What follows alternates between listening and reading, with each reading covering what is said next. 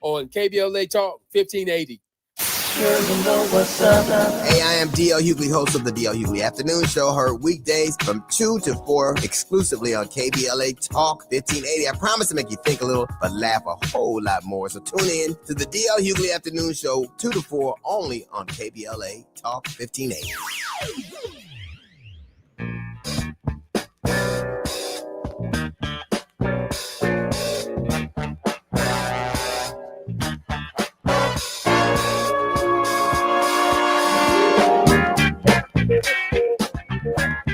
Jackson Jr. Welcome to the Jesse Jackson Jr. Show on KBLA Talk 1580.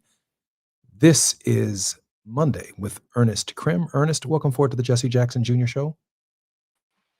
Hey, what's up, brother? It's good to be here with you. Ernest is an Emmy-nominated producer, historian, teacher, and public activist. Ernest, I want to begin our show because of our special guest, Jonathan Jackson, with this clip right here. Play the clip. Americans after slavery that ended up becoming governors and senators and congresspeople, and all of a sudden we look up in our history books and then there were none. How did it happen?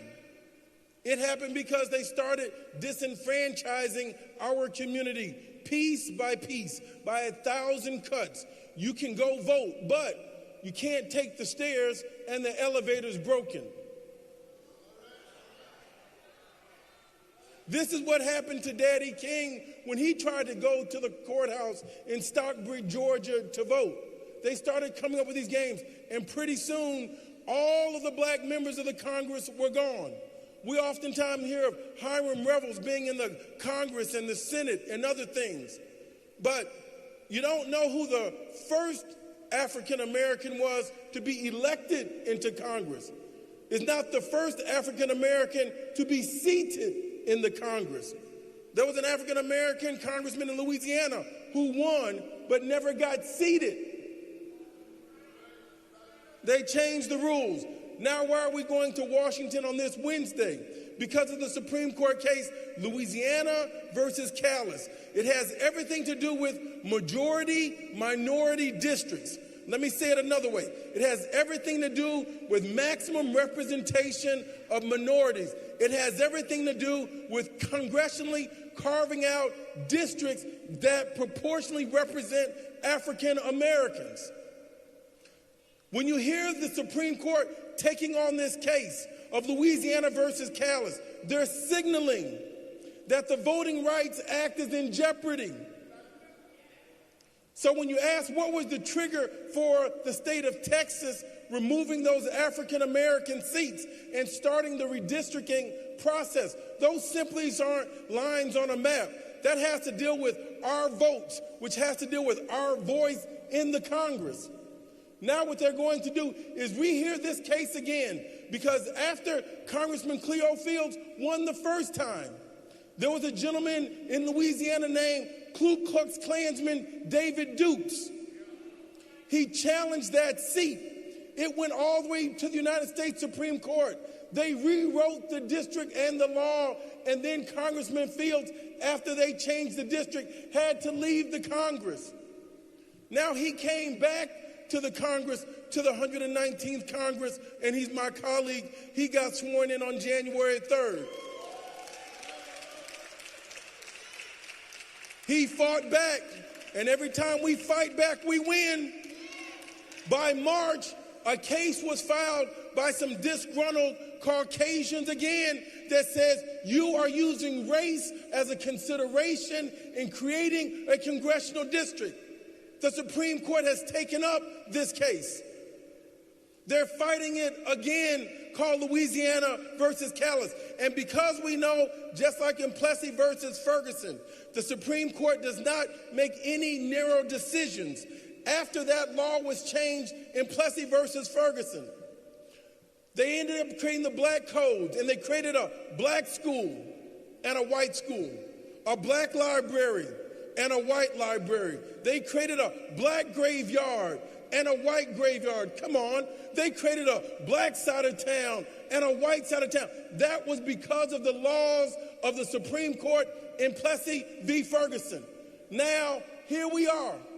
60 years later, after the writing of the Voting Rights Act, which had everything to do with maximum representation of all of the disenfranchised communities. So they started creating majority-minority districts. Now the question lies before the United States Supreme Court. Because race was considered...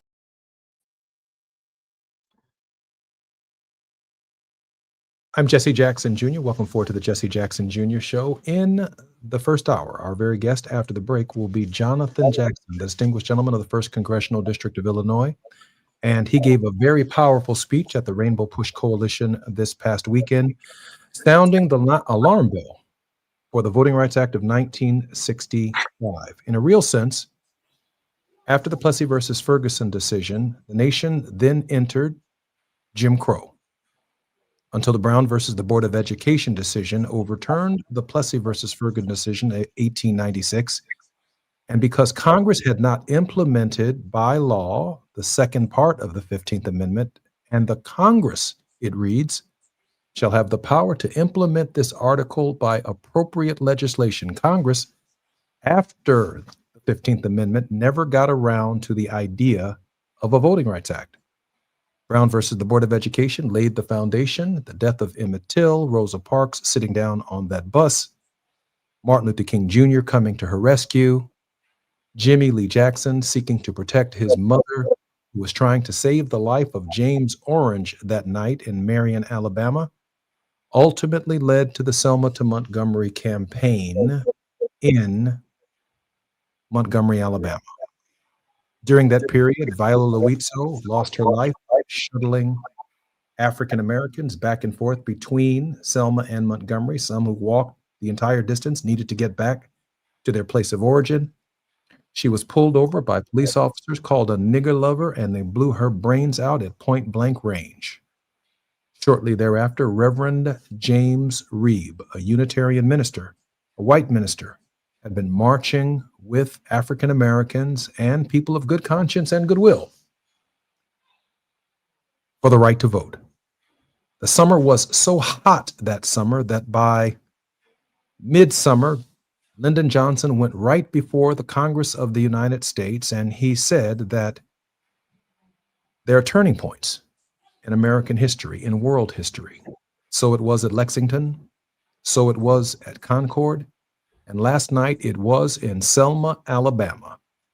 When we come forward, Ernest Krim, of course, is our very special guest, but we will be welcoming the Congressman of the 1st Congressional District, the distinguished gentleman, Jonathan Luther Jackson.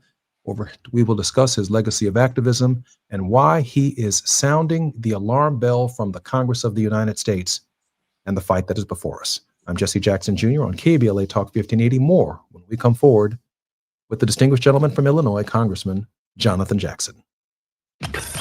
While you're stuck in traffic, we can at least bring you up to speed on the news of the day. You're listening to Jesse Jackson Jr. only on KBLA Talk 1580.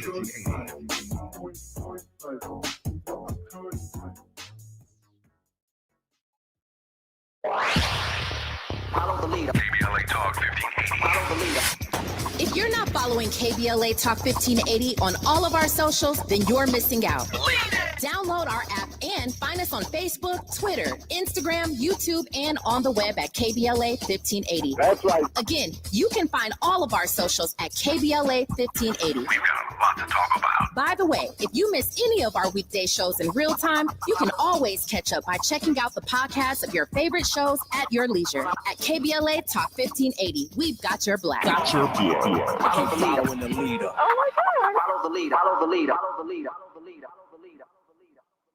Do you owe $10,000 or more in credit card debt or personal loans? With credit card debt at all-time highs, Debt Relief Advocates is urgently notifying consumers of debt relief now being made available, designed to aid consumers with out-of-control credit card debt. Those who qualify and enroll for this relief program will only have to pay back a fraction of what they owe. This is not bankruptcy or a debt consolidation loan. This is a relief program that credit card companies would rather you not know about, as it ends your debt nightmare and saves you lots of money. Consumers owing at least $10,000 in credit card debt or personal loans can now take advantage of this debt relief as the cost of living skyrockets. Debt Relief Advocates has established a relief hotline for you to call to learn what debt reduction you may qualify for, so don't wait. For this free information, call the Relief Hotline at 800-515-4493, 800-515-4493, 800-515-4493.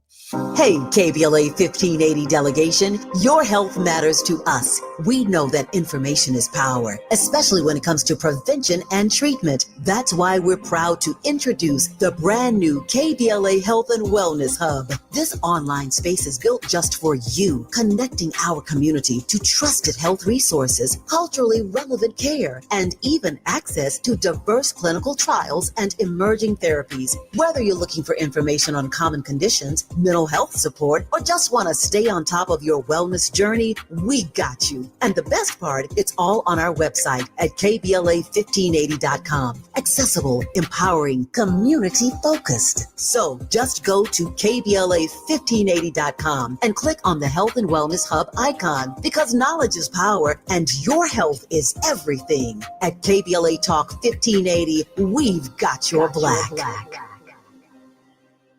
Now back to more of Jesse Jackson Jr. on KBLA Talk 1580.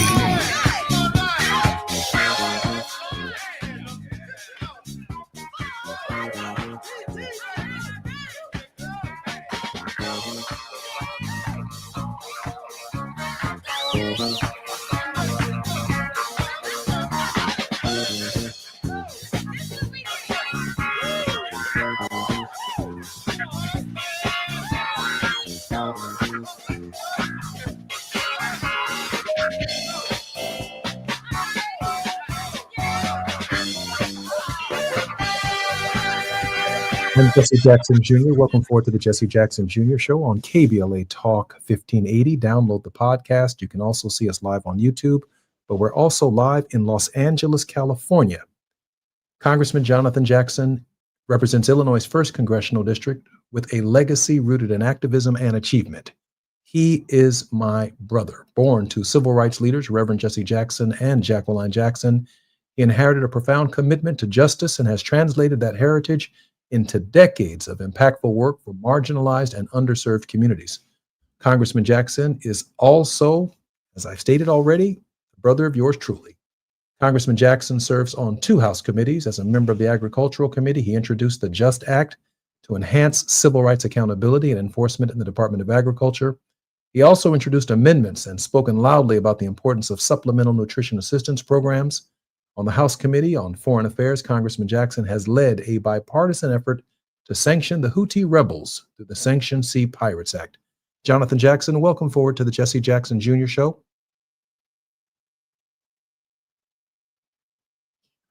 Ernest, I think Jonathan might have a small technical difficulty and will be joining us shortly. I was very impressed with the Congressman's speech this past weekend on the Voting Rights Act of 1965. There is an alarm that the Congressman has raised and a profound concern. Even Barbara Arnwine on our program said that we could lose as many as 23 African Americans in the Congress of the United States out of the 62 that we presently have, if in fact in the Robinson versus Calais or Louisiana versus Calais decision, that decision strikes down the remaining section of the Voting Rights Act, Section 2. Ernest, your thought on Blacks losing political representation in the United States Congress and state legislatures around the country. You know, this is such a pivotal time for us in American history. And I applaud you for even having this discussion, because this is not something that we have seen talked about or discussed enough, especially I would even say, you know, as your resident millennial up and down my feed, this has not been a topic of conversation, but this is something that impacts all of us, especially in our community. And when I see and come across stories like this, what comes to mind is the fact that within this system, what they'll often do is try to use and manipulate law and policy in such a manner to enforce the pre-existing caste system or conditions that they already sought to create. I shared a quote last week when we were talking from Dr. Amos Wilson about how these folks will oftentimes manipulate the law to uphold this so-called belief or system of white supremacy, and they will break their own laws to maintain that. And that is what I am seeing right now, right before our eyes. I feel like what we see is the contradiction of them attempting to undo and implement policy without the historical context. When we are trying to make things right for us, they'll call it discrimination. But what we're actually trying to do is undo the impact of the discrimination that we felt from them. So they try to give us policy without the historical context. And my thought, as your brother was speaking, is that policy without the proper historical context can only serve the status quo in the establishment. So we have to continue to tell these stories about what could potentially happen. Then we also have to continue to give it the proper context so people know what they are truthfully attempting to do. And that's get rid of us politically, economically, and socially. This is violence on all three of those levels. Thank you very much, Ernest. We welcome now the distinguished gentleman from the 1st Congressional District of Illinois, who gave an extraordinary speech this past weekend on the Voting Rights Act. He is not the only voice that is sounding the alarm. Obviously, Congressman Cleo Fields, whose district is in jeopardy. Congressman Emmanuel Cleaver has raised concerns. Jasmine Crockett and Congressman Vesey, two African Americans under the Abbott plan, have now been drawn into the same congressional district. Jonathan, I am so proud of you. Jonathan, tell us what's going on with the Voting Rights Act of 1965 and why we should be so concerned. This is our longest segment of about 12 minutes left. Please share with us your thoughts. Well, thank you so much, Congressman Jesse Jackson Jr., my brother. I'm so proud of you. Thank you so much for having me on here. What's at stake is not simply lines on a map. It's simply not redrawing a district. This is about representation, who will have a voice at the table. And what's happened now is with the idea of the Voting Rights Act. If you can imagine, from 1865 until 1965, there were all these machinations and rules and ways to obfuscate and circumvent and move around us having voting rights and protection. For example, Reverend Martin Luther King's father, when he was able to register, when he tried to register and vote, they told him he had to go, of course, on a Tuesday to go into the city. And when he got to the courthouse, they said, it's on the second floor, but no Negroes can go up the stairs, and the elevator is broke. Well, it was on the second floor. How do you get up there? There were all these games. You've heard it before. How many bubbles are in a bar of soap? Can you name every judge in a district and a county across the state of Mississippi? These were the poll taxes. All these other things were put in place. And so the genius and the brilliance of this Voting Rights Act of 1965, in some ways, you can say, is the crown jewel achievement of Reverend Martin Luther King's work in making sure that this instrument could used as an antidote to go against discrimination and have the teeth necessary for enforcement of the 14th and 15th Amendment of equal protection under the law. It was also a racial remedy for past harm and discrimination to make sure there were guardrails that we could have inclusion into the voting process.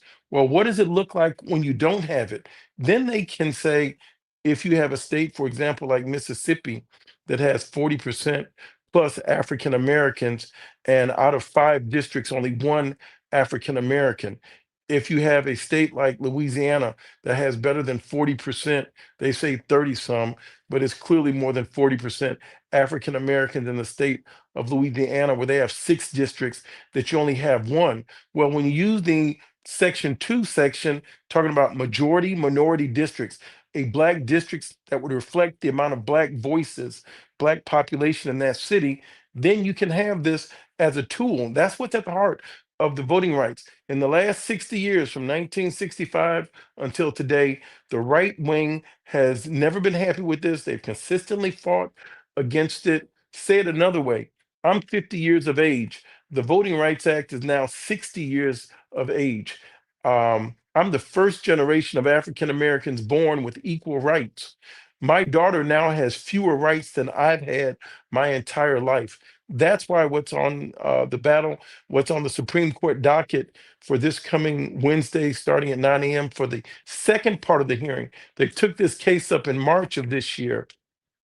after Congressman Cleo Fields was sworn in. And by even considering that they may take more teeth out of the enforcement mechanism of being able to say you can have racial parity, racial justice, that triggered Texas to steal seats, and California, and Kansas and Missouri, and back to Louisiana, Indiana, on to Ohio. They're going into North Carolina and then on into Florida. That started this whole process of redistricting, and it's basically to take our votes away. We have 62 African Americans in the Democratic caucus now. And if this goes against us, if the plaintiff wins, you can see almost a third of the African American representation go away, meaning we'll have fewer voices. In the history of America, since 1789, since they've had the Congress, there have been roughly 12,560 members of the United States House of Representatives. Fewer than 148 have ever had the privilege, the right to vote, to introduce legislation, to be lawmakers. That's why this is so similar. And if this case goes against us, they're basically saying racial remedies cannot be considered at all. So this will not be narrowly defined. This means minority businesses. This means minority health studies. This means all those things that have anything to do with Black participation, Black equality and equity will be dismantled. That's why I want everyone to be so alarmed at what this means. Thank you for this sobering moment, Jonathan. Let me ask you, Congressman, let me ask you this question. I've often said that there's no such thing as a local congressman. It takes 218 votes to get anything passed or to get anything done. Mhm. You do it with the Democratic caucus alone, or you do it in a bipartisan way. But there's also no such thing, and you keep hearing from some people who follow the Supreme Court, 5-4 decisions or 6-3 decisions. There's also no such thing as a narrow Supreme Court decision. They're all Supreme Court decisions impact every jurisdiction in the United States. We are live in Los Angeles. This case began in Texas, but now we're seeing it happen in Atlanta. There's talk about it happening in Illinois. You mentioned several of the states. Help our listeners understand that this Supreme Court decision could have a ripple effect and will have a ripple effect in all 50 states in the union, and not just in the Congress, but in state legislatures as well. Okay, let's just go back to like history. You've heard the term Plessy versus Ferguson. We've heard about segregation, discrimination, all this other stuff of the past. That was ancient history. We've heard that African Americans used to be a part of the United States Senate and we were governors. And then all of a sudden, we don't know anything much more about that history. You know, if we revisit it, it started 1896 when there was a case in Louisiana called Plessy versus Ferguson. It was an African American, what they called an octoroon then, had 1/8 Black blood. He was 7/8 white, having light skin, straight hair. This African American bought a first class ticket to ride on the train in the first class car. It was contested. He got kicked off that train. It went all the way to the United States Supreme Court. And they said, no, that Black man did not have a right. It was a test case that African Americans had brought before the courts, and it made it all the way to the United States Supreme Court. Can he sit in a first class seat with a first class ticket that he bought because he's Black? And they said no. And in turn, that was decided in the Plessy versus Ferguson case. And that's where the laws of discrimination, if you will, the redlining and the and all this other stuff on racial recidivism, I like to call it, on the retrogression that happened. And that's where you have separate Blacks for bathrooms, a Black bathroom, a white bathroom, a Black graveyard, a white graveyard, a Black school, a white school. All those laws came out of that court case. It was a court case about buying a first class train ticket. And once it got interpreted through all the courts, it had segregation codified. And all of the Blacks, for a period of time, had been removed from the state legislatures across the board. And there were no more Black governors, no more Black U.S. senators, no more Black congressmen. That was the end of Reconstruction. No and it Blacks. happened from that case. no black speakers of the House, no black majority leaders, no black minority leaders in any legislative body anywhere in the United States as a result of that decision. Is that what you're saying? Yes, sir. And if I could add one more thing to that. So when you think of Reverend Martin Luther King giving I Have a Dream speech in 1963, just know from Virginia all the way around to Texas, over Tennessee, over Kentucky, Missouri, and other places, there was not one African American in any legislative body throughout the entire South. While he was giving that speech, he could not use the public restroom anywhere in the South because all blacks. So therefore, 2 years later, after the 64 Civil Rights Act and ultimately after the 65 Voting Rights Act, is when African Americans started getting congressional seats back in the South and expanding our bases in the North. Jonathan, we have about a minute and a half before we come forward, and then we'll continue our conversation after the break. But I did want to add this point right here. We're live in Los Angeles. It is a reasonable assumption that African Americans who have districts in the state of California could very well, even under the Democratic plan to create more Democrats, could in fact lose representation like the Maxine Waterses of life, like the Carmelita Doges of life, because in fact, this decision being argued on Tuesday would force those states also to reconsider their plans. We have about a minute, Jonathan. Well, the same thing happened just 2 years ago in 2023 in the Students for Fair Admissions. That case said that when it was wrongly decided, is that race-conscious decision, race-conscious policies cannot be used in higher education. They took Harvard, founded 1636, University of North Carolina, founded 1789. Those two public institutions, they said you can't have race-conscious decisions. And what have they done? They've weaponized it. Then the president gets on the stage and says he's against DEI. Now, African-American women have been kicked out in the droves from all these corporations. African-American scholarships have been taken away. Hispanic students' funding has been taken away. The studies at the National Institute of Health that study the mortality issues of African-Americans have been dismantled because they're race-conscious decisions. Blacks in the minority business in the minority business enterprises, they've been eliminated because they struck this. This will be a deadly blow if we don't fight this and show up. I'm Jesse Jackson Jr. This is Jesse Jackson Jr. on the Jesse Jackson Jr. Show. My very special guest is my brother, the distinguished gentleman from the 1st Congressional District of Illinois, the Honorable Jonathan Jackson. More when we come forward on KBLA Talk 1580. The biggest names, the best conversations. You're riding with Jesse Jackson Jr. on KBLA Talk 1580.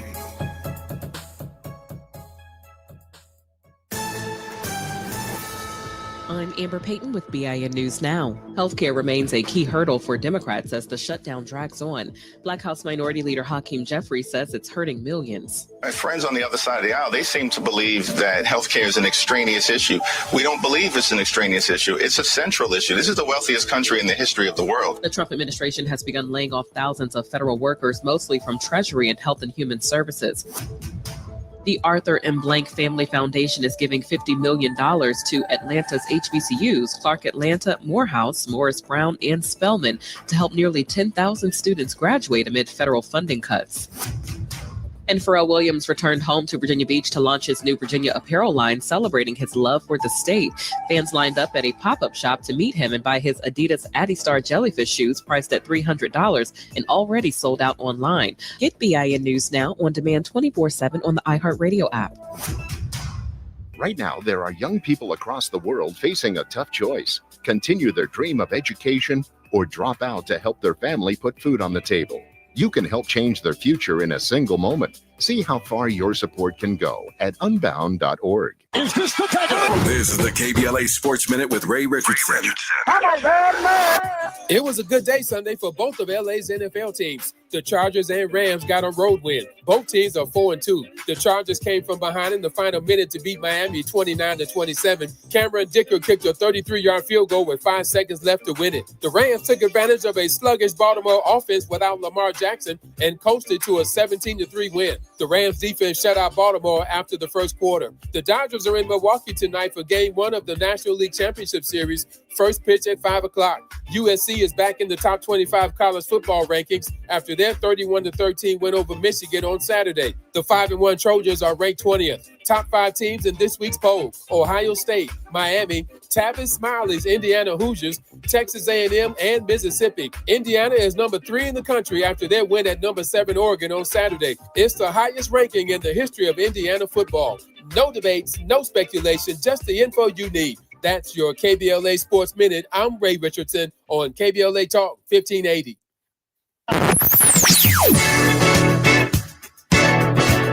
Whoa,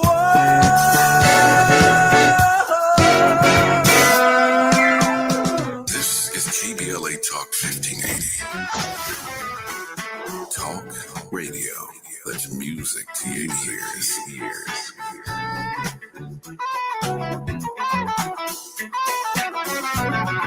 We're unapologetically progressive. KBLA Talk 1580.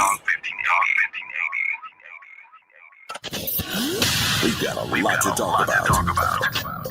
Hi, I'm Zoe Williams, aka the Voice of Reason, encouraging you to join me weekdays from 7 to 9 p.m. for the world's most intriguing relationship radio roundtable. Every night, I facilitate and encourage our loyal listeners to participate in the most engaging relationship discussions you'll hear anywhere. So make it a point to rendezvous with me, Zoe Williams, the Voice of Reason, Monday through Friday, 7 to 9 p.m. Pacific Standard Time.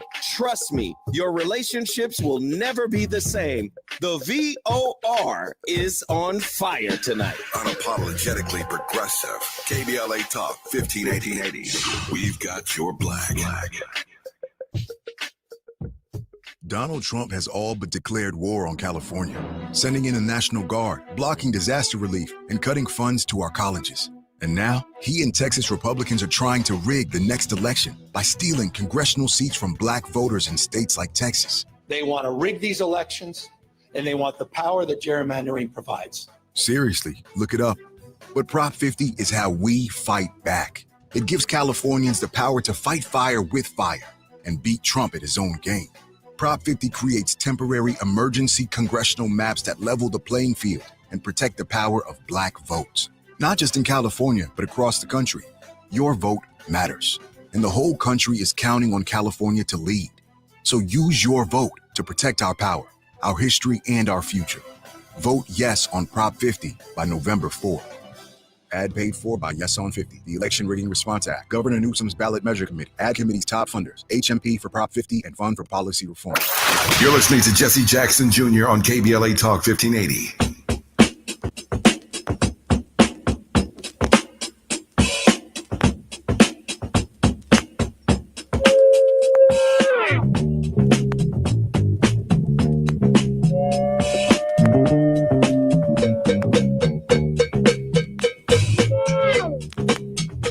I'm Jesse Jackson Jr. Welcome forward to the Jesse Jackson Jr. Show on KBLA Talk 1580. Our very special guest in this hour is none other than the distinguished gentleman from Illinois, the Honorable Jonathan Jackson.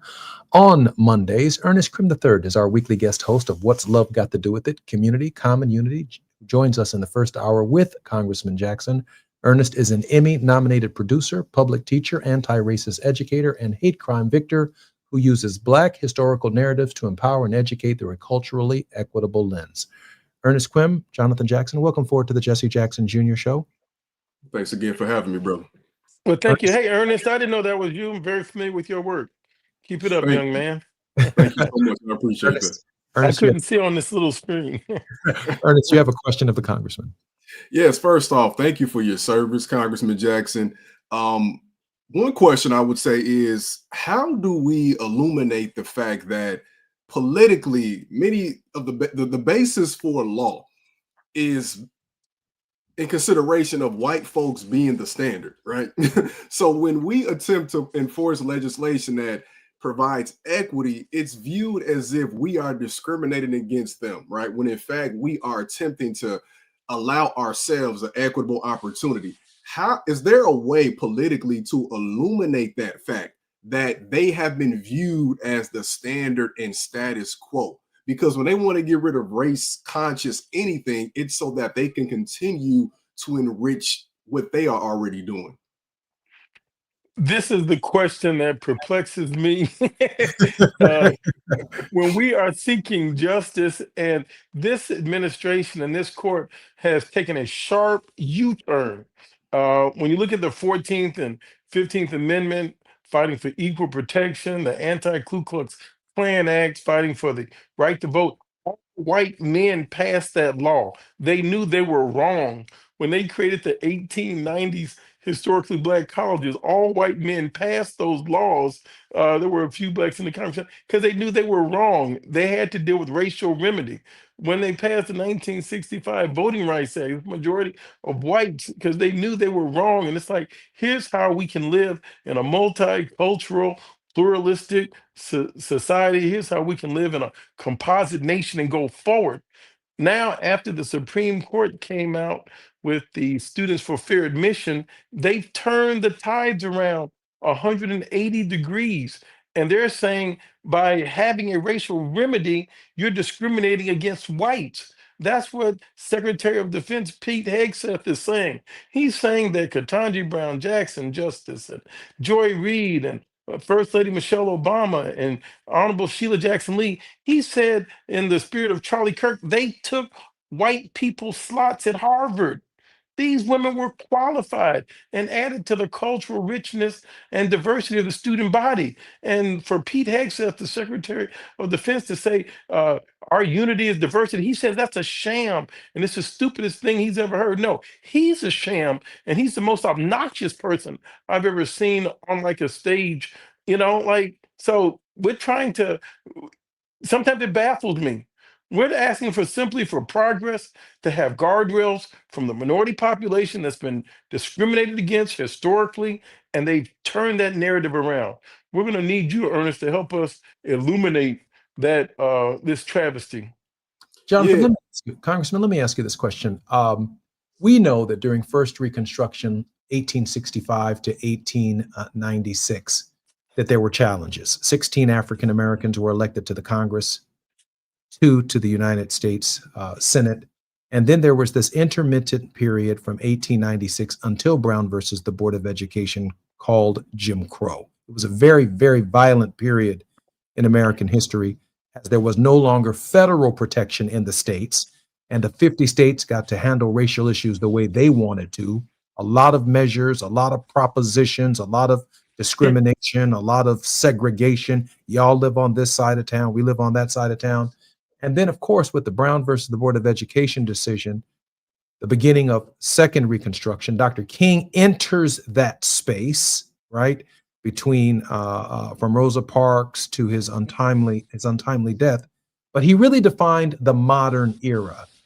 What I'm hearing from you today, from your perspective in the Congress of the United States, and I've talked to Peniel Joseph, a doctor who wrote a book on Third Reconstruction. I've talked to William Barber, who wrote a book on Third Reconstruction.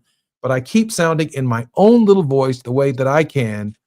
There is a Jim Crow that always follows the Reconstruction periods without federal protection. There is Jim Crow upon us. Jonathan, what does that look like? And what are you hearing about the gravity of a new Jim Crow and what it could mean? Well, the new Jim Crow looks like the Secretary of Defense. And I use him because he's been the most vocal person in this administration and has the largest budget and can certainly do the most damage. Um, the Secretary of the Defense and Mr. Pete Hegseth, how humiliating it is for him to have the soldiers to have a moment of silence for Charlie Kirk, knowing all the venomous things that he said about African Americans. If I see a pilot, I have to wonder if they're qualified, and other such things. What it looks like is the is this weekend Fox News host telling a four-star general in CQ Brown that you have to step down, and telling the female that first gets over level of supervision in the Navy, she has to step down. Like, he's been firing some of the most competent people for him to go on his little rants. It looks like there'll be fewer African Americans at Harvard Law School this year because of uh, this attack on DEI and the president holding back federal funds and telling the city of Chicago, you have a program that helps African American boys achieve success. That's discrimination. You have to get rid of it. It looks like African Americans in federal contracting being told that's discriminatory against whites that have the majority contracts, and we have less than 1% of the federal contracts in the state of Illinois and in California. It looks like dismantling our business community where our on-ramps to have access to business, voting, and education are being dismantled before our very eyes. Ernest, we have about 2.5 minutes before we come forward. Ernest, a question of a congressman. Yeah, I think my question now is, and I'm thankful for being on this call with you week in and week out, because I'm more aware of the role I have to my generation to educate us. Congressman Jackson, to the millennials that follow me and to that demographic in general, what do you think I should communicate to them so that we can prevent something like this potentially happening again in the future? Well, we have to overwhelm the polls. It has to be a cultural value. Friends have to vote together. Families have to vote together. We have to take the time to tune into this great radio program, which mass media will not try to promote because it's educating, it's uplifting us. Education is a personal value. We have to get back to going to our trusted resources, Ernest and Congressman Jackson, to listening to our valued voices. Pick up a Black-owned newspaper. We have to control our source of media to get good information. Yeah, that harkens back to an old sermon and a theology, if you will, and a philosophy of Ida B. Wells, if I ever heard one. Ernest, we have about 1.5 minutes before we come forward. Another question of a congressman. Yeah, and I think this question will probably carry us over. So I'm gonna give you something to think about. But what's alarming is the fact that you said we could lose. I think you said 1/3 of our representation in Congress, right? I don't know if people just realize how catastrophic that can be for our community. I would just like for you to detail what that would look like then. So when you say we would lose that, does that mean in the next election cycle the districts are switched in a way in which we lose those people? And then secondly, how does that strengthen the authoritarianism we see that Donald Trump has right now? So we were just 3 votes shy of electing the first African American to become Speaker of the House, and Leader Hakeem Jeffries, that could have prioritized our health care, our education, business opportunities, and the like. If this goes against us, what does that look like? That looks like Chairwoman Maxine Waters, that would be the head of financial services, would not get into the majority where she would be the chairman, where she had a program to deal with affordable housing across the nation. We could have had that issue solved. That would look like Mr. Bobby Scott not being the chair of education and workforce. That would look like Benny Thompson not being the head of Homeland Security, which is what ICE works underneath, that has the 10th largest military budget now in the world, and the way ICE has been funded. That would look like Mr. Gregory Meeks not being the chair of the Foreign Services Committee. This would look like all of these notable leaders of African American that are right there at the cusp. They're at the precipice of gaining this enormous power of our federal government, our judiciary, to write the laws, both make it right and to make it turn to a more equitable form. That's the pain of this moment. We're right there at the eve, or at the tip of the mountain that Reverend Martin Luther King had talked about. And the right wing has come back violently to take all these power back from us. I'm Jesse Jackson Jr., listening to KBLA Talk 1580. More with Jonathan Jackson and Ernest Krim when we come forward. While you're stuck in traffic, we can at least bring you up to speed on the news of the day. You're listening to Jesse Jackson Jr. only on KBLA Talk 1580.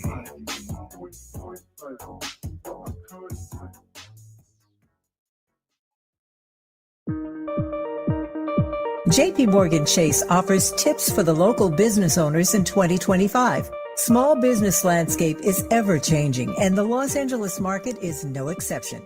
A startup or legacy business, revisiting your mission statement and recalibrating offerings can renew opportunities for growth and innovations. Programs like Chase for Business Coaching for Impact gives entrepreneurs access to expert guidance, helping you streamline operations, strategize your growth, and navigate complex challenges. Businesses with a clear sense of purpose can navigate any challenge effectively, but also build stronger customer loyalty. Visit chase.com/coaching for impact for more information. This segment is sponsored by JP Morgan Chase.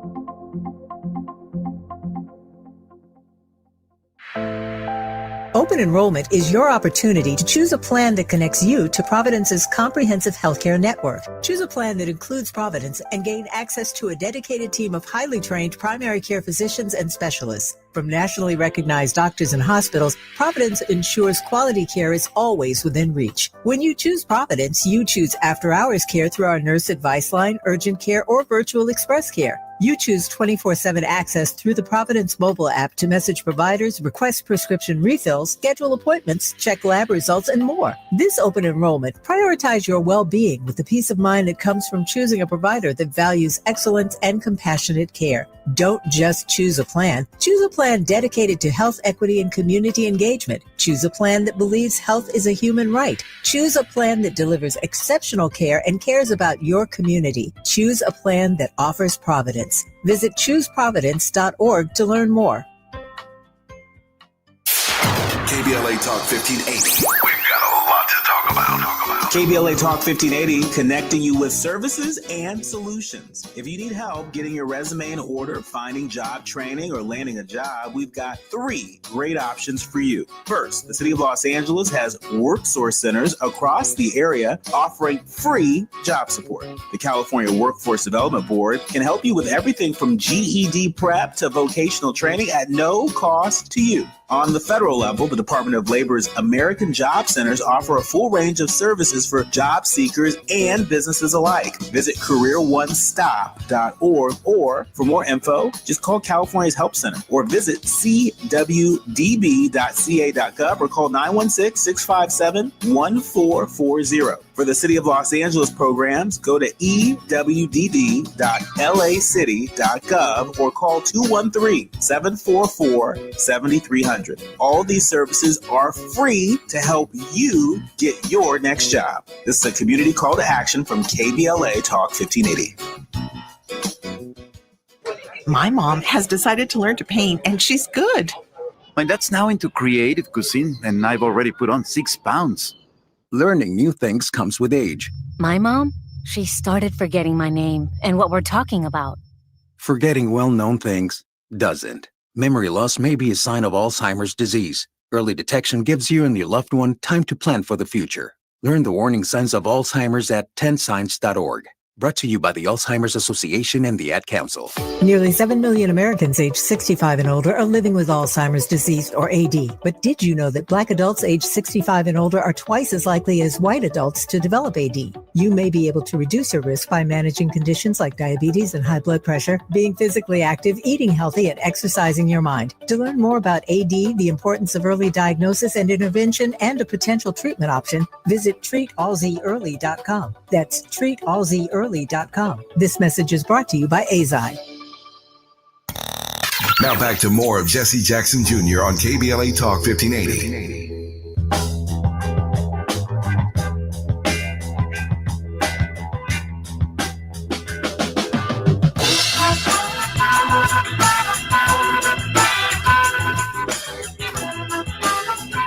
I'm Jesse Jackson Jr. This is the Jesse Jackson Jr. Show on KBLA Talk 1580.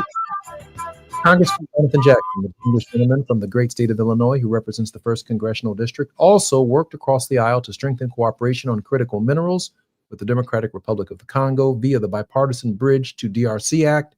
In response to Russian aggression, Congressman Jackson supported Ukraine by voting in favor of the Ukraine Security Supplemental Appropriations Act of 2024, which provided the Ukrainian armed forces with additional military aid. Congressman Jackson, welcome forward to the Jesse Jackson Jr. Show. Thank you, my brother Jesse. Hey, Jesse, if I can add one more thing to that, Ernest gave me that at fastball, and I needed that break to catch up with myself. You got to slow down, young man. I know what you did. Listen, if I could add one more thing to it, it's as basic as the commercial that played during break.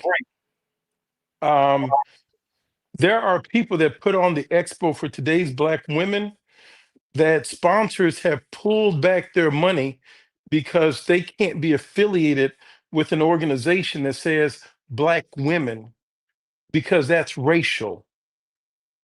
Wow. I mean that is happening right now. So people that even have target markets that are focusing, this is what the president has said is divisive ideology. This also looks like them taking pictures out of the African American History Museum in Washington, D.C. So these cases are not narrowly decided, as Congressman Jesse Jackson Jr. has stated. That's what's at stake. This is let's go to LA and go down Sepulveda and La Cienega and get to closer to home. Who gets into the film schools at UCLA? Who gets into the film schools at USC? Like this has everything to do. Who can be a Black professor? So if there's a bright child that's coming from Inglewood or Compton that didn't have all the resources of Malibu or the Palisades, it says that these universities can't even have an outreach program, a summer enrichment program to bring our children in. That's how deep and corrosive this problem is that we have to fight. Jonathan, I also noticed a fewer sponsors at the Congressional Black Caucus weekend this year. Because it's a Black caucus. Yeah, isn't that something? And state Black caucuses and state city council meetings that have their annual conferences of Black legislators or Hispanic legislators. There is a general withdrawal of private sector support from these institutions. Correct, Jonathan? Because they're afraid that the president is going to attack them on racial discrimination, saying you giving money to a Black targeted format institution is discriminating against whites. Unbelievable. Ernest, we have one more question for Jonathan. Jonathan, at the end of our program, after Ernest's question, I try to have our guest leave us with 3 minutes at the top of the hour when our show transitions for a word of hope. So while Ernest asks this question, I ask that you give some thought to what your word of hope to our listeners might be. Ernest? Yes, I would first off thank you for the clear explanation and answer to those questions. And I was in the classroom for 12 years, so I come pretty hard with these questions. So next time I give you a heads up. Much appreciated. So this one would be based on the Supreme Court's decision. Let's say, of course, that they side against progress once again. What would be our marching orders as a community? What can we do Wednesday or Thursday morning to fight against this?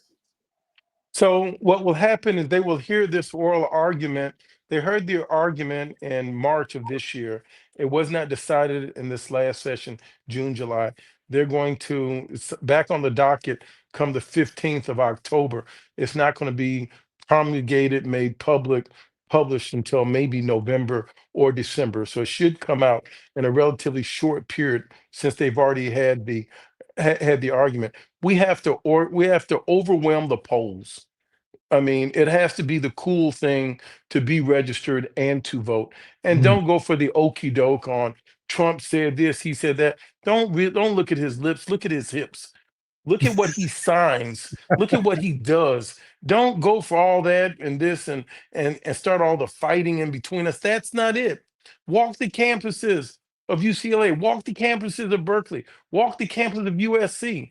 They have found a way to keep Black participation on the football court, on the basketball court, but it's not in the math. It's not in the writing. It's not in the humanities. It's not in the arts programs. These programs have been dismantled to have outreach for minority and for African American students. There'll be fewer Blacks that'll be getting trained to go to medical school, to go to Drew, the medical center. So we need the help more than ever. And so ours is a righteous cause, and we have to continue to fight, but we have to lean in on making sure that corporations are responsive to our media outlets and they fund and support so we can continue to get the word out. I've had a lot of congressmen on this show, and in this moment, I'm bursting with pride because Jonathan is fearless. He's not just speaking for the people of the 1st Congressional District. He's speaking for all 62 Negroes in Congress. He's not just speaking for them. He's speaking for the first 16 that were there for 10 minutes and got ran out of there between 1865 and 1896. He's so Jesse, if I can add one thing to that, There's 66 Negroes in the Congress. 62 we recognize as Black and Democrats. But none of these bills could have passed without them 4 other Negroes that are Republicans. 4 Black Republicans voted for all this stuff that's creating all these problems. So we have to also admit when we have culpability, these were the MAGA Blacks. They ought to be ashamed of themselves. And I also started with Congressman Cleo Fields, the Diversity, Equity, and Inclusion Caucus, because I was in the rotunda with Cleo Fields, Congressman Fields, on January 20th when President Trump started attacking DEI. And just being from where we're from, you can't take aspirational words out of my mouth. If you let them slap DEI out of your mouth, you'll be for the rest of your life. You got to fight at some point. Had they listened to us, we wouldn't have had all these Black women fired from all these corporations and wouldn't have had all our programs being dismantled. You have to fight for racial justice. I got to give the congressman an opportunity to give us a word of hope. We got a little less than 2 minutes, but if you had to give us a word of hope, it's his breath after that one. Go ahead, Congressman.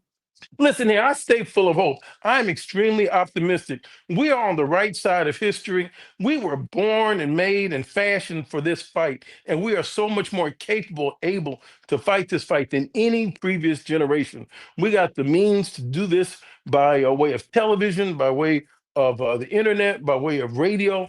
I thank the sponsors of your program. I thank you all for filling in this gap and educating, uplifting, and motivating people. I get up every day knowing how far our people have come from in the past and where God has graced and blessed us to be today. And so long as we got sound body and sound mind and we stay focused on what's real, we win every time. So I was so proud to go and see Vice President Kamala Harris. Her book is a must read on 107 days. She's spilling the tea. She's citing the facts. There's nothing new under the sun. This is our generation. This is our moment to shine most brightly.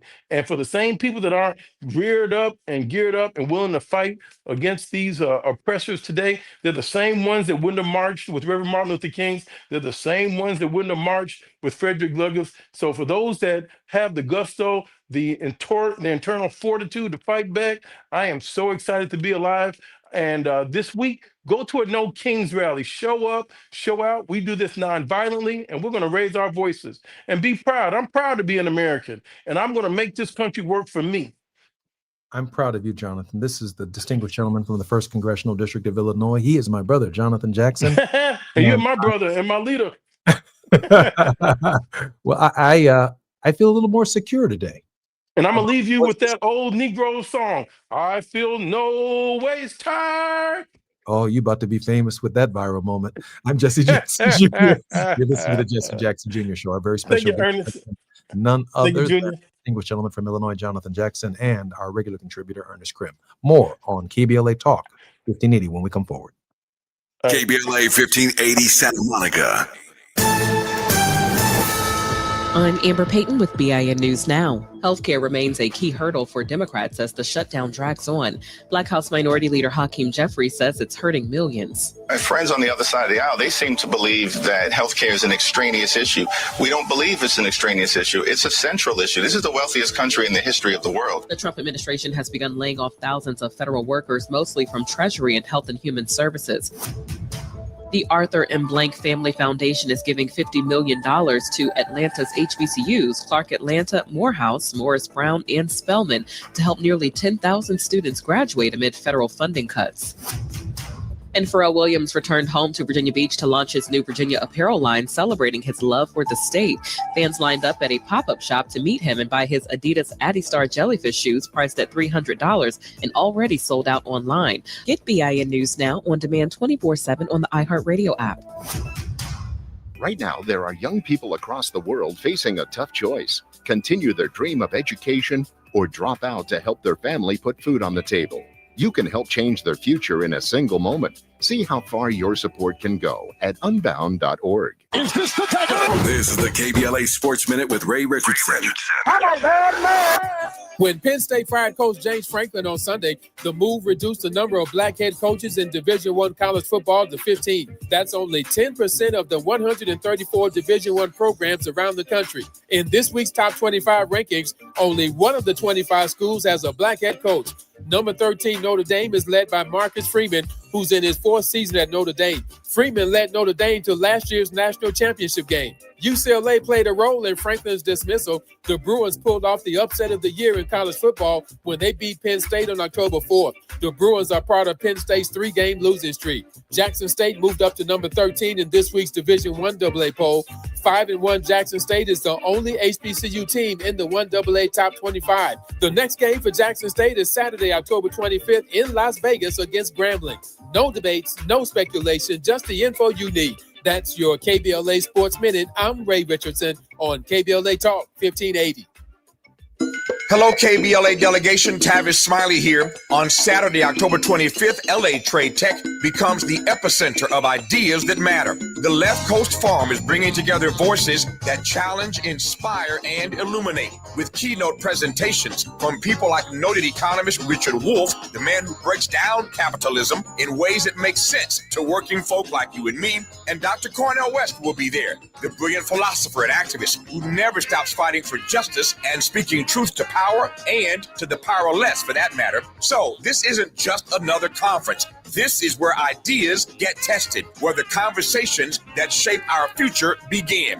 Multiple plenary sessions, dynamic speakers, real talk about the issues that impact our communities, and then some good food and a live band. Saturday, October 25th, LA Trade Tech, Left Coast Forum. The event is free and open to the public, but you must register at our KBLA1580.com website, where you can also peep the plenary topics. The future belongs to those who show up and engage. So don't just think about change, be part of the conversation that creates it. The Left Coast Forum is brought to you by the LA Progressive, the Empowerment Congress, Community Coalition, Partnership for Growth LA, Southwest Voter Registration Education Project, LA Care Health Plan, United Teachers Los Angeles, Black Progressive Action Coalition, St. John's Community Health, the National Lawyers Guild, the Weingart Foundation, and more. Space is limited, so if I were you, I'd register right now at KBLA1580.com. Your voice matters, your presence matters. We'll see you there.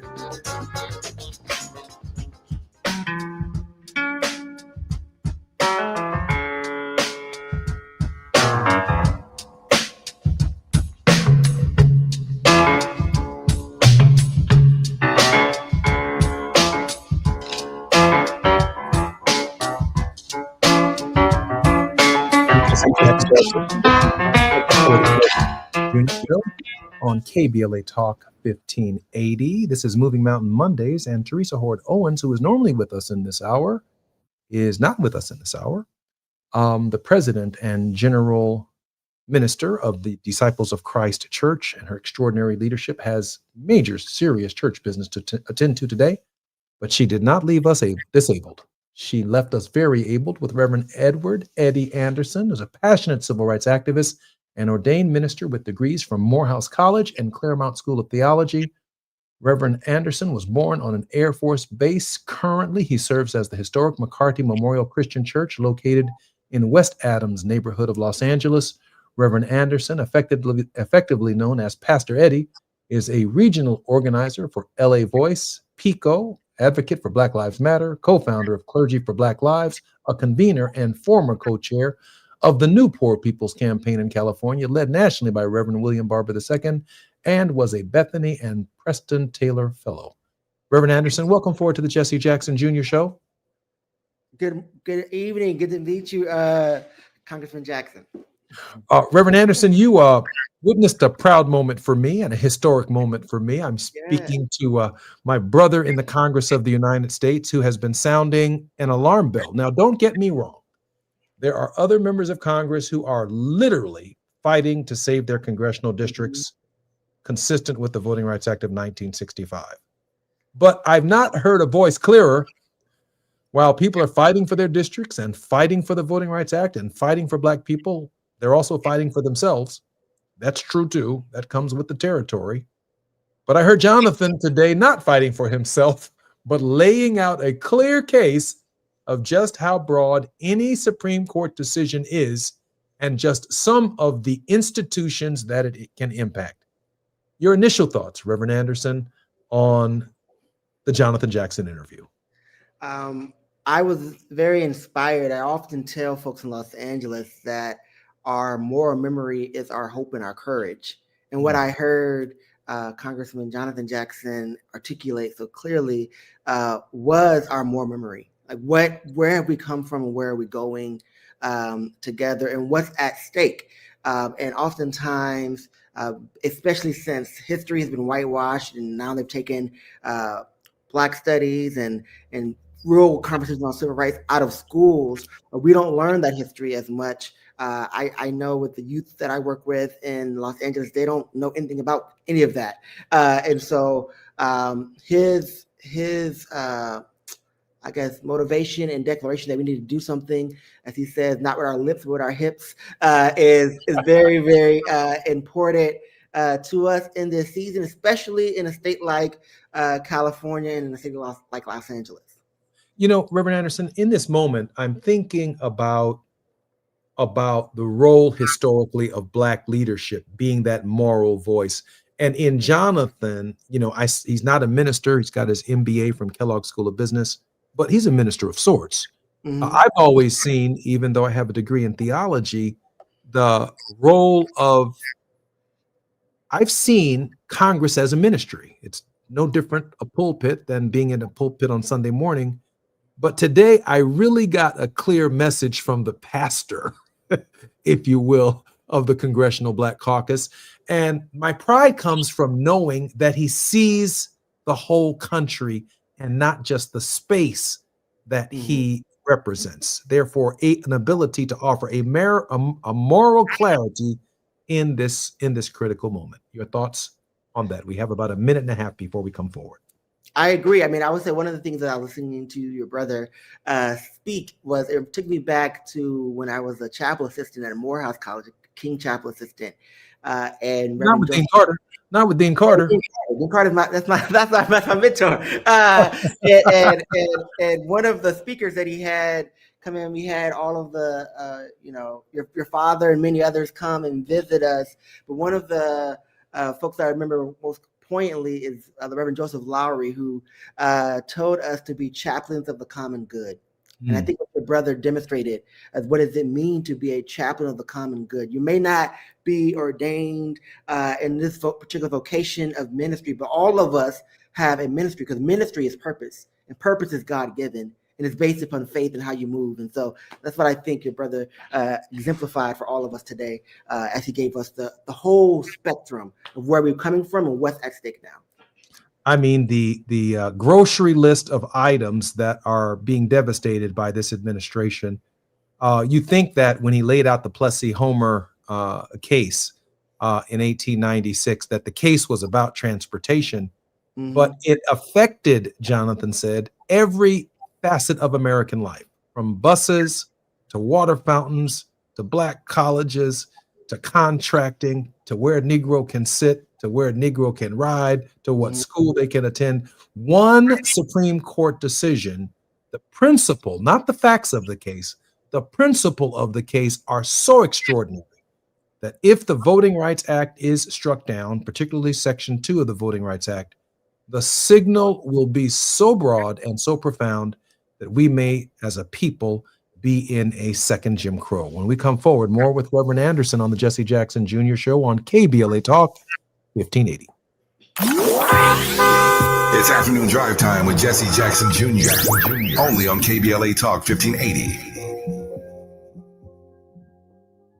Do you owe $10,000 or more in credit card debt or personal loans? With credit card debt at all-time highs, Debt Relief Advocates is urgently notifying consumers of debt relief now being made available, designed to aid consumers with out-of-control credit card debt. Those who qualify and enroll for this relief program will only have to pay back a fraction of what they owe. This is not bankruptcy or a debt consolidation loan. This is a relief program that credit card companies would rather you not know about, as it ends your debt nightmare and saves you lots of money. Consumers owing at least $10,000 in credit card debt or personal loans can now take advantage of this debt relief as the cost of living skyrockets. Debt Relief Advocates has established a relief hotline for you to call to learn what debt reduction you may qualify for, so don't wait. For this free information, call the Relief Hotline at 800-515-4493, 800-515-4493, 800-515-4493. Hey, KBLA 1580 delegation, your health matters to us. We know that information is power, especially when it comes to prevention and treatment. That's why we're proud to introduce the brand new KBLA Health and Wellness Hub. This online space is built just for you, connecting our community to trusted health resources, culturally relevant care, and even access to diverse clinical trials and emerging therapies. Whether you're looking for information on common conditions, mental health support, or just want to stay on top of your wellness journey, we got you. And the best part, it's all on our website at KBLA1580.com. Accessible, empowering, community-focused. So just go to KBLA1580.com and click on the Health and Wellness Hub icon, because knowledge is power and your health is everything. At KBLA Talk 1580, we've got your black. Now back to more of Jesse Jackson Jr. on KBLA Talk 1580.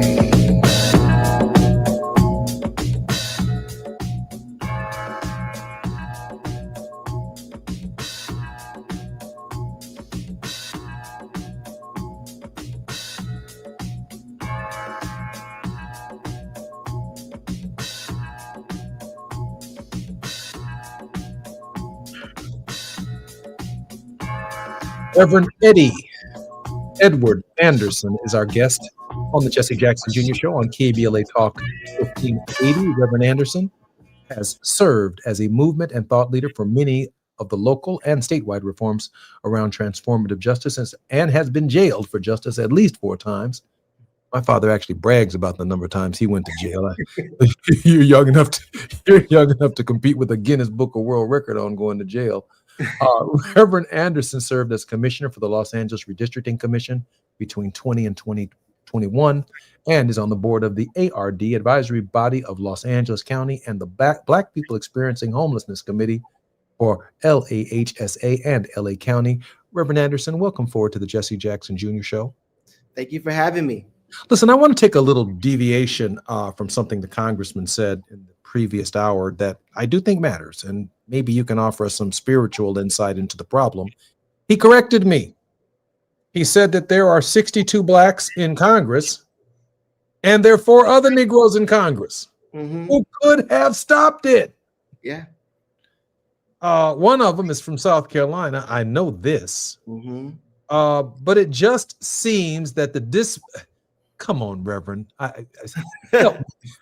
The disrespect. You know, I was at a prayer breakfast this morning with another one of those black folks who's in Congress, Jasmine Crockett, and she was saying, "Oh, you all sister right there." I love this sister, right? She's powerful dynamite, and it was a room made of black clergy in Los Angeles. She was saying, "You can do when you do it together," and I kept on hearing the song. I'm from Atlanta, Georgia, and I kept hearing the song in my head. Oh, walk together, children. Don't you get weary. Everything will be all right. And I think the biggest issue when you're back to your comment is we're not walking together, and so we are getting weary in our spirit about what we see around us. And so for the 4 other Negroes who are in Congress, as you said. The question is, I think they will find out, much like Vivek Ramsey just found out in Ohio, that MAGA is not for you.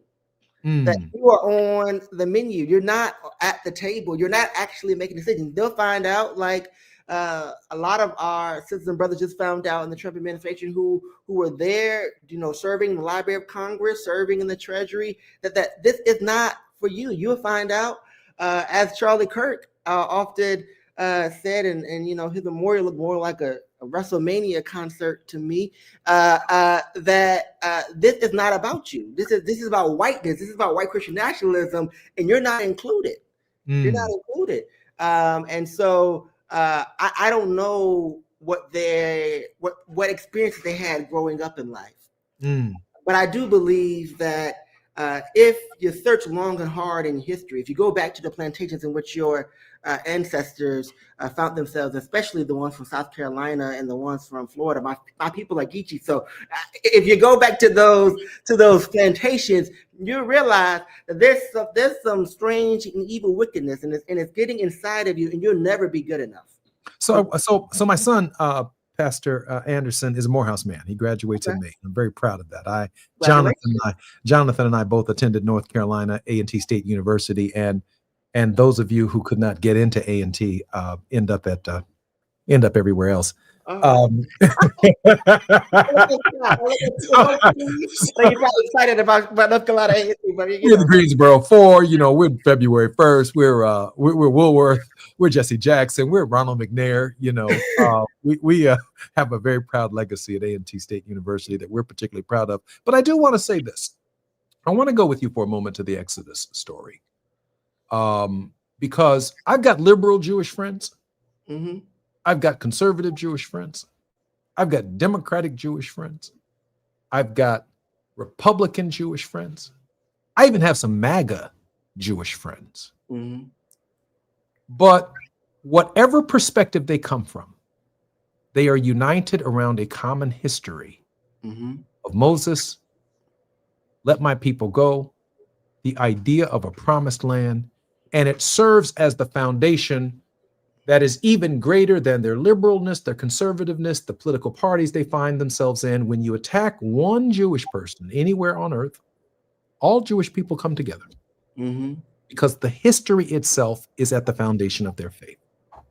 So when we talk about these 4 Negroes over here who vote against everything that we believe and stand for, that are dismantling Reconstruction, at the behest of Donald Trump, Stephen Miller, and the entire MAGA ecosphere, political sphere, whatever you want to call it, geopolitical sphere.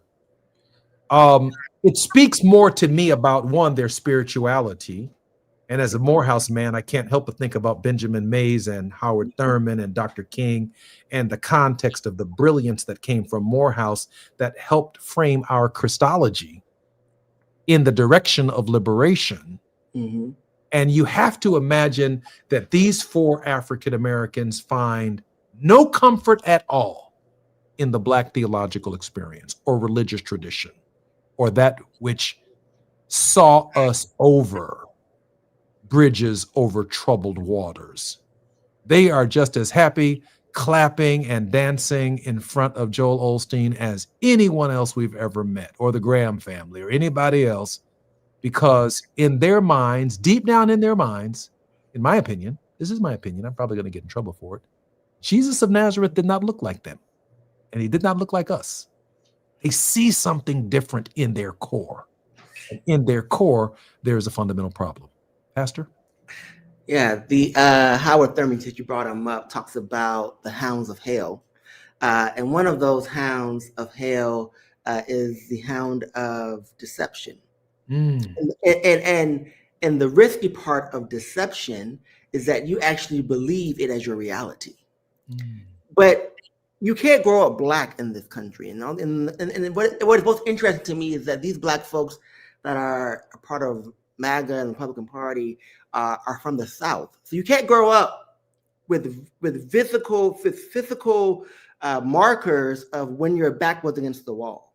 If you grow up in the South, you've been by a shotgun house. If you grow up in the South, you've seen cotton growing all over the South still to this day. If you grow up in the South, you know about sharecropping. You know something about brush religion, whether you know it or not, because your grandmother took you to a shot house at least once or twice. You know something about prayer meeting and what happens when the Spirit actually moves among us, and that Jesus did not come for you to be bound. Not to capitalism, not to white supremacy, not to sexism, not to plantation capitalism. Jesus did come for you to be bound. And so you can't read the text that said that you're supposed to be a slave right now. And you free right now because someone else read that text in the Gullah translation of the Bible and said, we all God's children. You can't read that text and realize that you are not N-word as they want to call you down south. But as Howard Thurman says that his grandmother said, who was just freed out of slavery, you are God to walk with your back straight.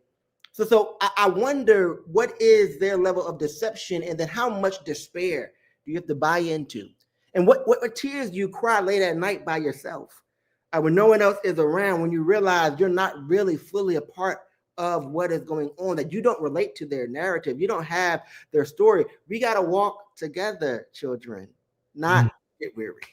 You know, I'm first of all, I'm moved by you, but I must be candid with you. I am on this spiritual journey that leads us to our political activity. I mean, I know where Congressman Jonathan Jackson comes from, right? I mean, he's my brother. I keep wanting to call him Jonathan, but I also want to be very respectful of his position.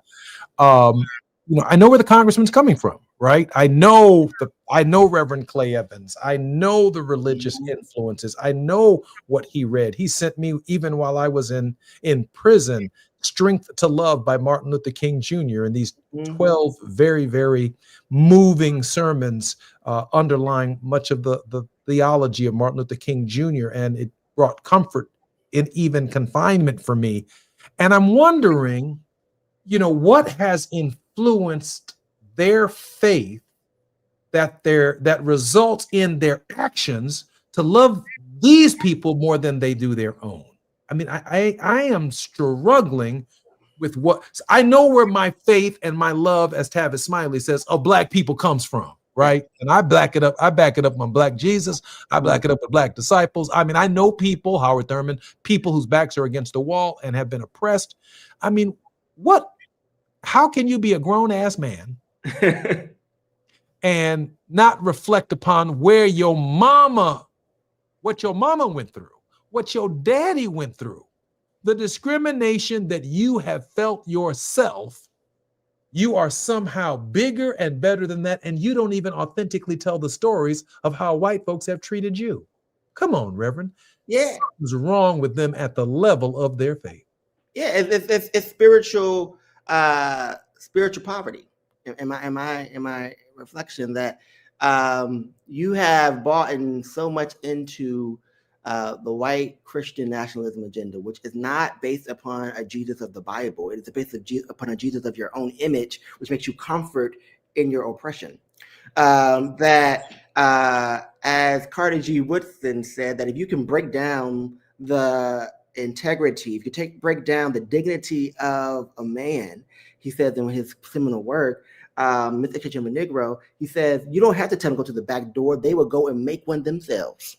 Oh yeah, that's miseducation of the Negro right there. Yeah. So I mean, this is where we find so much, and it's just not them. I mean, I look at around the national and global spectrum, and I see so many Black folks who have gone to predominantly white congregations, and God bless them, but there is something about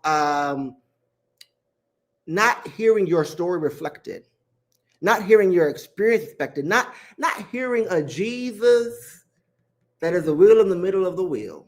A Jesus that is still a doctor in a sick room and a lawyer in a courtroom. There's something about not hearing a Jesus who not only cries over the city but turns over a table. That should disturb you. Don't finish that sermon. We got 6 minutes. We got 4 minutes before the break. Go ahead, Pastor. Go ahead. So I just don't understand how you can be a part of this. I mean, I saw a video the other day, and I talked to another pastor, a bishop friend of mine, about there was a young white lady who was preaching, and you know, God bless her heart, she was misguided in many ways. And she said, you all have made Black church and white church and all this should come out of our dear brother Jamal Bryant. And I said, the ignorance, the spiritual ignorance, to realize that white folk made Black church and put us out and made us in the balcony. Communion. You're the one who took us into the woods and told us to be baptized, and we had to find our guide. You're the one who made Black church. We're the ones who went deep into our our souls and heard God that says, I still love you. And we figured out what God meant in the water and in the hymns and in the hum of grandma. That's how we got our good religion. And so it is troublesome, and I think it's a sickness that we see all across our nation. It's a sickness that we also see, I think, when we even at Progressive, we have culpability in this. I was interviewed recently about an article about the God gap, and progressives have in some ways, we're not saying it with our chest, what our faith says. That our Jesus is the Jesus of the Bible that will heal you and still tell you where you was wrong and hold you accountable. And that we can do both together. I'm particularly moved by you, Pastor Eddie, because I need our listeners, and I know I shouldn't be referring to our listeners as often as I am today because I'm particularly short on words, to understand that we spend a lot of time on this particular program kind of peeling back the onion of what's going on by examining our faith, because in our faith, Pastor, I believe we find the courage to take the actions that we take. That coupled with the First Amendment, not read in a series of commas, but when we find that courage, the First Amendment becomes our faith in action. It becomes our God-endowed right that the architects did not extend to us until the 13th, 14th, and 15th Amendments, which we went and earned on our own to keep the Union together. And now we apply this First Amendment value, which reflects our religious expression. And our religious expression manifests itself politically. My dad often says, it is not my politics that makes me religious. It is my religion to feed the hungry, to clothe the naked, to liberate the captive, to speak for the least of these that makes me political. I start from my religion and I enter the space with courage. Without my religion, I have no courage. I'm Jesse Jackson Jr. You're listening to Reverend Edward Eddie Anderson on Moving Mountain Mondays. He's in for Reverend Teresa Terry Hoard Owens, our regular contributor, but I am so glad that she reached and grabbed one of the great pastors of Los Angeles, Reverend Edward Eddie Anderson, to be our very special guest in this hour. I'm Jesse Jackson Jr. on KBLA Talk 1580. More with Reverend Anderson when we come forward. It's afternoon drive time with Jesse Jackson Jr. Only on KBLA Talk 1580.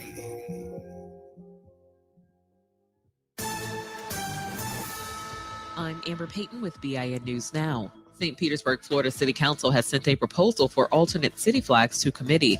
Designed by Andrea Paulus, the flags feature pride and Pan-African themes with the city seal. It was important to me to design these flags when the intersection was censored and erased. The move follows the state's removal of rainbow crosswalks with a final review set for October 23rd. Ghana has agreed to accept West African nationals deported from the U.S. President John Mahama says 14 have already arrived, adding that West Africans don't need a visa to enter Ghana. The Trump administration has also asked other African nations to take in deportees. California Governor Gavin Newsom has approved a new agency to oversee slavery reparations. It follows a 5-year study on compensation for Black Americans. The agency will handle restitution for descendants of enslaved people, though details are still being decided. Get BIN News Now on demand 24/7 on the iHeartRadio app. Right now, there are young people across the world facing a tough choice: continue their dream of education or drop out to help their family put food on the table. You can help change their future in a single moment. See how far your support can go at unbound.org. This is the KBLA Sports Minute with Ray Richardson. When Penn State fired Coach James Franklin on Sunday, the move reduced the number of black head coaches in Division I college football to 15. That's only 10% of the 134 Division I programs around the country. In this week's top 25 rankings, only one of the 25 schools has a black head coach. Number 13, Notre Dame, is led by Marcus Freeman, who's in his 4th season at Notre Dame. Freeman led Notre Dame to last year's national championship game. UCLA played a role in Franklin's dismissal. The Bruins pulled off the upset of the year in college football when they beat Penn State on October 4th. The Bruins are part of Penn State's 3-game losing streak. Jackson State moved up to number 13 in this week's Division I AA poll. 5-1 Jackson State is the only HBCU team in the 1AA Top 25. The next game for Jackson State is Saturday, October 25th in Las Vegas against Grambling. No debates, no speculation, just the info you need. That's your KBLA Sports Minute. I'm Ray Richardson on KBLA Talk 1580.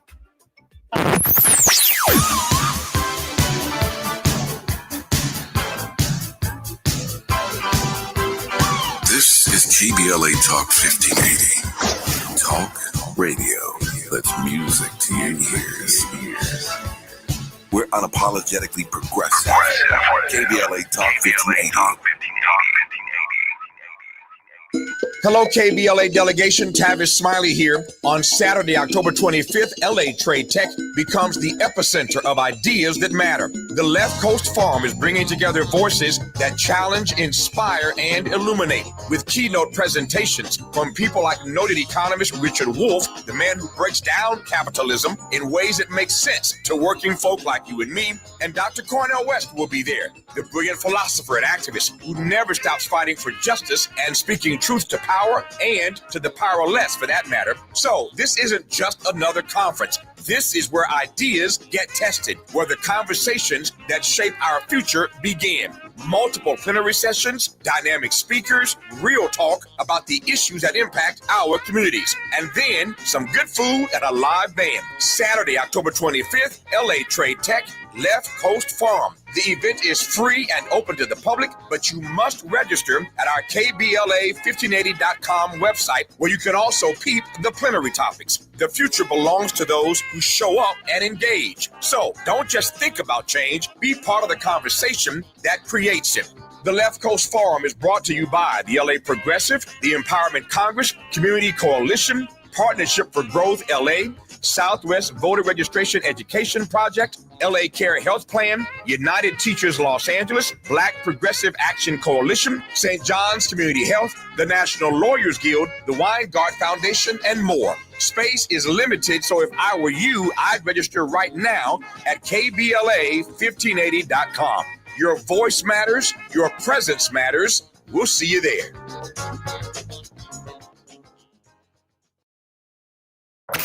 You're listening to Jesse Jackson Jr. on KBLA Talk 1580.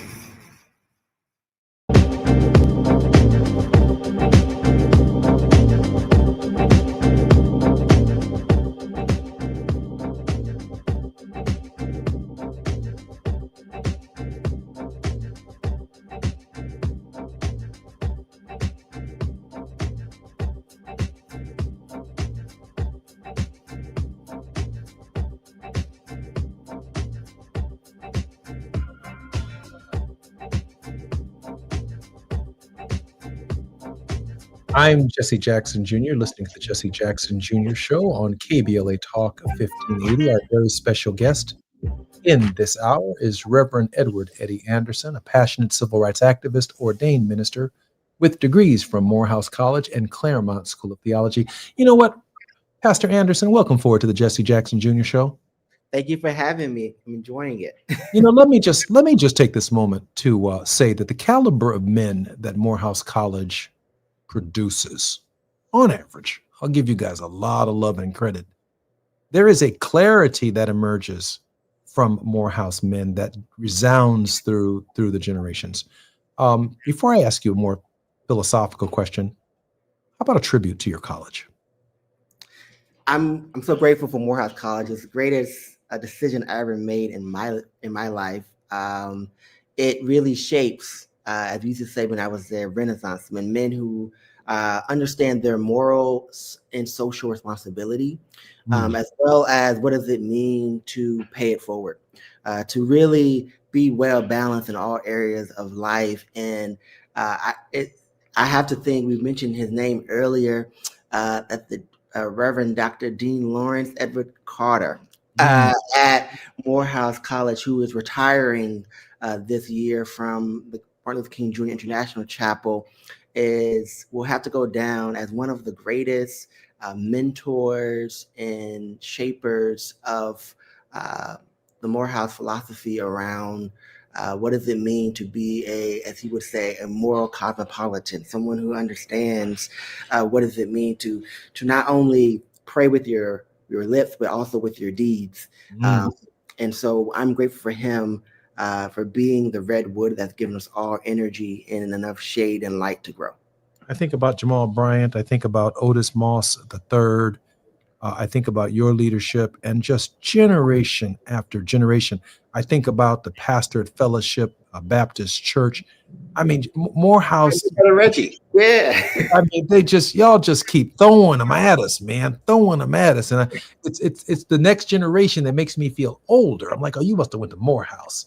So I'm particularly proud of your college, of the education that you received. Let me move to a theological point now for a moment.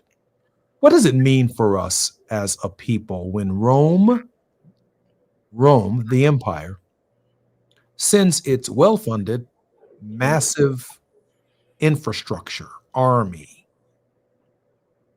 swordsmen, guardsmen, Longines, people with spears, into the ghetto, into Judea, into Nazareth, into Bethlehem, to force its will upon the people? What does it mean when ICE and the FBI and the ATF enter the ghetto without warrant, without cause, but on the whim of an executive, of a Caesar who seeks us to bow before him? Put this in some context for us, Pastor. Yeah, I mean, I think theologically it puts us in the frame of mind of what does it mean when Herod is in control. Jesus lived his entire life under empire, not only under the empire of Rome, but under the empire of Herod. So he had the external forces of government physically on his streets.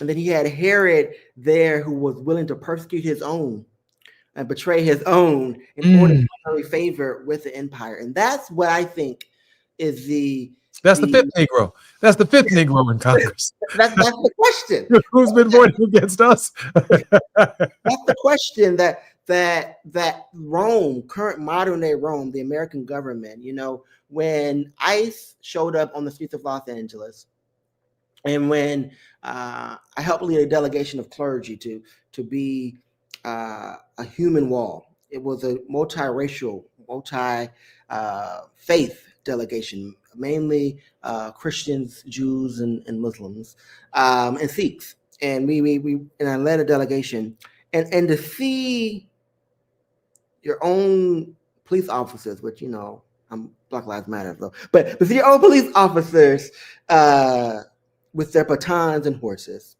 to see the CHP surround us, to see the National Guard with their guns and pointed at you with flash bang grenades and throwing them into crowds, and I thought, this is empire, but the goal is to break your spirit, right? Folks was like, Reverend, let's bum rush through the line, and I said, that's a military tank and a soldier that is trained to kill. And we have the Bible and God on our side, was more than enough, but we're not going to go hand-to-hand combat with them today. It was meant to make you feel that you were out of control, to make you feel that not only has Rome won, but that your own leaders who sometimes didn't know what to say or do, that Herod has won, that spiritual wickedness was in high places. And I was reminded that the only force powerful enough in this moment is your spiritual resolve. That's why the previous conversation, that's why my heart breaks a little bit for those who are finding themselves not only in spiritual despair, but have believed the deception, because despair is real. Worry, anxiety is real. Paul finds himself in the Gospels and writing in the epistles and Philippians, he's in prison. He's in jail facing death because he is telling the gospel. That James finds himself in the same position, that Jesus finds himself in the same positions, that our ancestors find themselves in the same positions. And so when it is dark, do you still have a light that can flicker and shine? when the weight is heavy, do you still believe that Jesus' words are true, that his yoke is easy and his burdens are light, and that your next action, your next prayer, your next step, your next organizing meeting, your next sermon, your next boycott could be the thing that moves us closer to a little bit of a society where Jesus don't have to cry for us no more? So that's the question. When you see physical violence on your streets, and when the government has already occupied, they've already occupied the streets. Now they're occupying your mind, but will you let them occupy your soul? That's the question. You know, I want to in this moment, because I know we have about 3 minutes before we come forward, and you know, I think about the journey of our people and the same God of the Exodus, let my people go. Pharaoh's hardened heart that eventually became softened, and the Israelites made it into the promised land. I often remind people that our transition, no different than their slave experience. We have our own slave experience, except for the promised land that we are headed towards is the one that we create here. We're not going over no River Jordan, no particular direction. We got to make America work, right? And our journey is through the Constitution. In other words, we don't have a Pharaoh to point all of this at. Yeah. You have to change the Constitution to end our slavery. Yeah. You have a let my people go experience, but we have a a civil war, change the constitutional experience. And what I can say without any fear of contradiction, that there's nothing good that ever comes out of separate and unequal and Jim Crow. And that's exactly where I believe we're headed. But if there is anything to be said that would be good or could be good, if first Reconstruction and the end of it leads to Jim Crow, and then Brown versus the Board of Education ends Jim Crow and begins this period of second Reconstruction, it is inevitable that we will enter a Jim Crow 2.0. How long it will last, I do not know. But if there is one thing that I am assured, I believe in the resurrection of Martin Luther King in some different form. He becomes as necessary as Gandhi was necessary in Gandhi's context. In fact, Dr. King said about Gandhi that Gandhi, given the role of history, was inevitable. And I think the same can be said about Martin Luther King Jr. If we are going to live in a multicultural, multiracial, multi-understanding, pluralistic society that recognizes and appreciates our neighbors' values, I don't know the hour or the moment that the stars will line up to create the circumstances upon which this individual enters the American space. What I can share with you is that his or her inevitability is assured if this experiment is going to continue to work. Reverend, we have about just about 30 or 40 seconds before the break. And so I just want to conclude before we come forward and leave you enough room at the end of our next segment, towards the end, about 3 minutes of a word of hope, which I will give you an opportunity to reflect upon, even though I have a few more questions for you when we come forward. I must say that, you know, between Congressman Jonathan Jackson and between your enthusiasm today, I am more hopeful than I have been in quite some time. I'm Jesse Jackson Jr. You're listening to the Jesse Jackson Jr. Show on KBLA Talk 1580. More when we come forward on KBLA.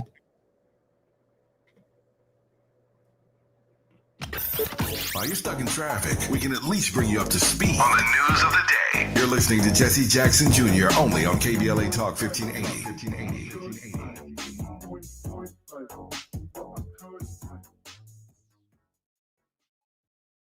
Donald Trump has all but declared war on California, sending in the National Guard, blocking disaster relief, and cutting funds to our colleges. And now, he and Texas Republicans are trying to rig the next election by stealing congressional seats from black voters in states like Texas. They want to rig these elections, and they want the power that gerrymandering provides. Seriously, look it up. But Prop 50 is how we fight back. It gives Californians the power to fight fire with fire and beat Trump at his own game. Prop 50 creates temporary emergency congressional maps that level the playing field and protect the power of black votes. not just in California, but across the country. Your vote matters, and the whole country is counting on California to lead. So use your vote to protect our power, our history, and our future. Vote yes on Prop 50 by November 4.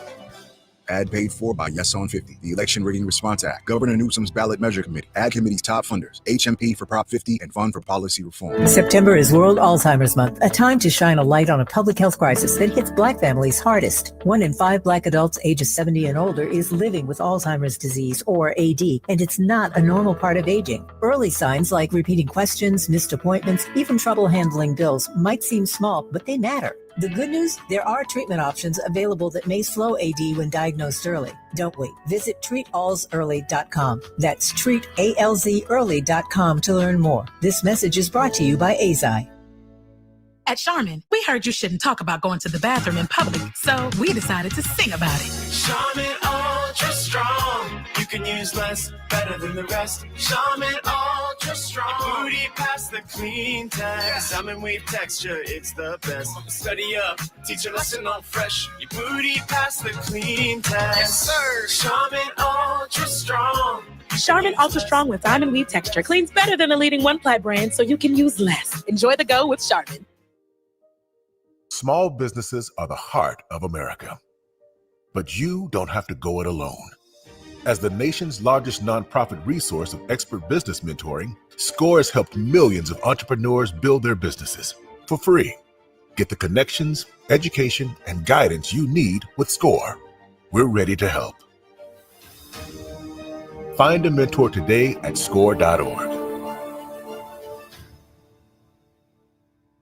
Hello, KBLA delegation. Tavis Smiley here. On Saturday, October 25th, LA Trade Tech becomes the epicenter of ideas that matter. The Left Coast Forum is bringing together voices that challenge, inspire, and illuminate, with keynote presentations from people like noted economist Richard Wolff, the man who breaks down capitalism in ways that make sense to working folk like you and me, and Dr. Cornel West will be there, the brilliant philosopher and activist who never stops fighting for justice and speaking truth to power and to the powerless, for that matter. So this isn't just another conference. This is where ideas get tested, where the conversations that shape our future begin. Multiple plenary sessions, dynamic speakers, real talk about the issues that impact our communities, and then some good food and a live band. Saturday, October 25th, LA Trade Tech, Left Coast Forum. The event is free and open to the public, but you must register at our KBLA1580.com website, where you can also peep the plenary topics. The future belongs to those who show up and engage. So don't just think about change, be part of the conversation that creates it. The Left Coast Forum is brought to you by the LA Progressive, the Empowerment Congress, Community Coalition, Partnership for Growth LA, Southwest Voter Registration Education Project, LA Care Health Plan, United Teachers Los Angeles, Black Progressive Action Coalition, St. John's Community Health, the National Lawyers Guild, the Weingart Foundation, and more. Space is limited, so if I were you, I'd register right now at KBLA1580.com. Your voice matters, your presence matters. We'll see you there. Coverage varies by plan. View contracts and exclusions at endurancewarranty.com. If you have a 2004 or newer vehicle that's out of warranty or about to be, Endurance is urgently notifying U.S. drivers about their low-cost vehicle coverage plan designed to save drivers thousands on rising vehicle repair costs. Those who qualify can pick their plan, coverage, and repair shop. Roadside service, towing, and rental cars included. All covered repairs get paid directly to the repair shop for you. Call now for your free quote. Call 800-373-7519. That's 800-373-7519. Now back to more of Jesse Jackson Jr. on KBLA Talk 1580.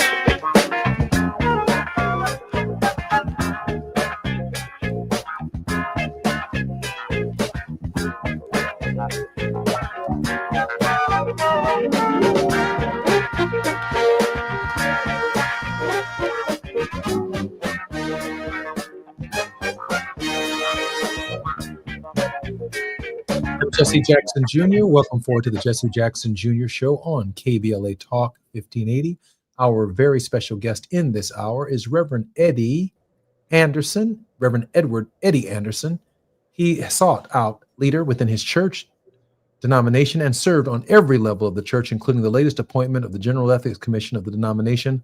Last year, Pastor Eddie was humbled to be awarded the honor of being a Leonard Bierman Fellow, a fellowship that has funded the work of rising political and civil rights leaders across the nation. Reverend Anderson, welcome forward to the Jesse Jackson Jr. Show, and what an honor it is to have you on our program. It's an honor to be here with you and with all of your audience today.